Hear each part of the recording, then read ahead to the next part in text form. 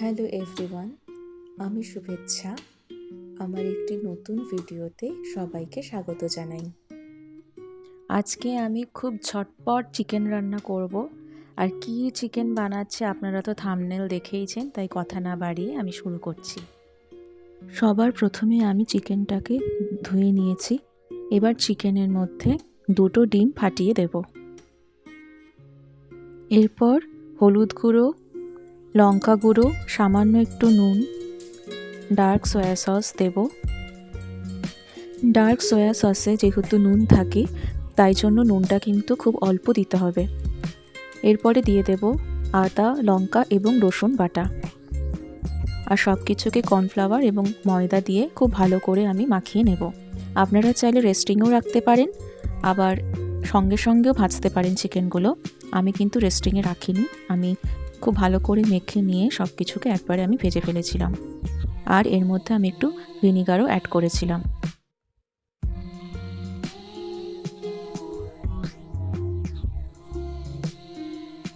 এরপর সব কিছুকে আমি খুব ভালো করে মেখে নিয়েছি।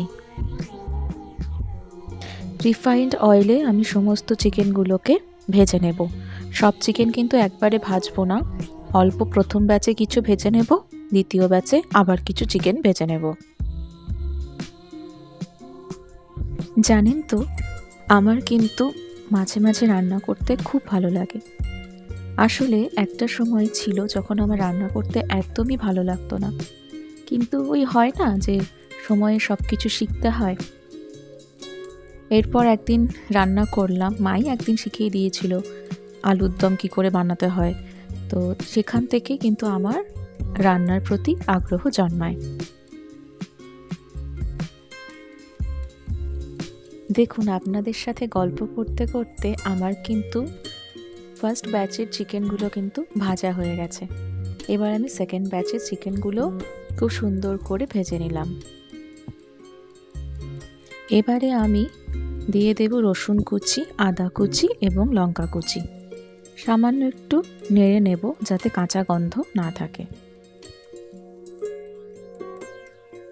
এবারে দেব ডুমো ডুমো করে কাটা পেঁয়াজ এবং ক্যাপসিকাম।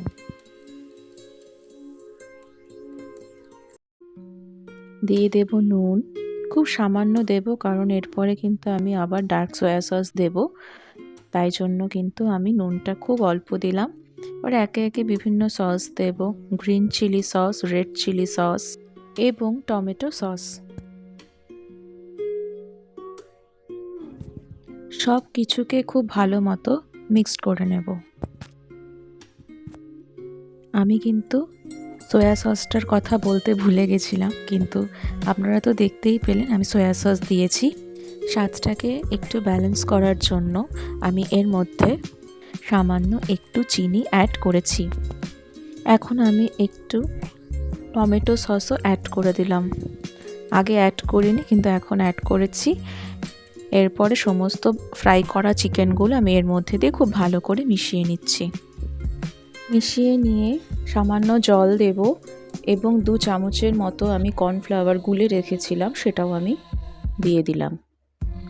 রান্নাটা কিন্তু প্রায় হয়েই এসেছে। নামানোর আগে আমি এর মধ্যে সামান্য একটু গোলমরিচের গুঁড়ো দিয়ে দিচ্ছি। সেদিন কিন্তু আমি ফ্রাইড রাইসের সাথে এই চিকেনটা খেয়েছিলাম। আপনাদের এই রেসিপিটা কেমন লাগলো অবশ্যই কমেন্ট করে আমাকে জানাবেন। ভালো লাগলে লাইক করে দেবেন এবং সাবস্ক্রাইব করে দেবেন আমার এই চ্যানেলটাকে। সবাই ভালো থাকবেন, সুস্থ থাকবেন। আবার একটি অন্য ভিডিওতে আপনাদের সাথে দেখা হবে।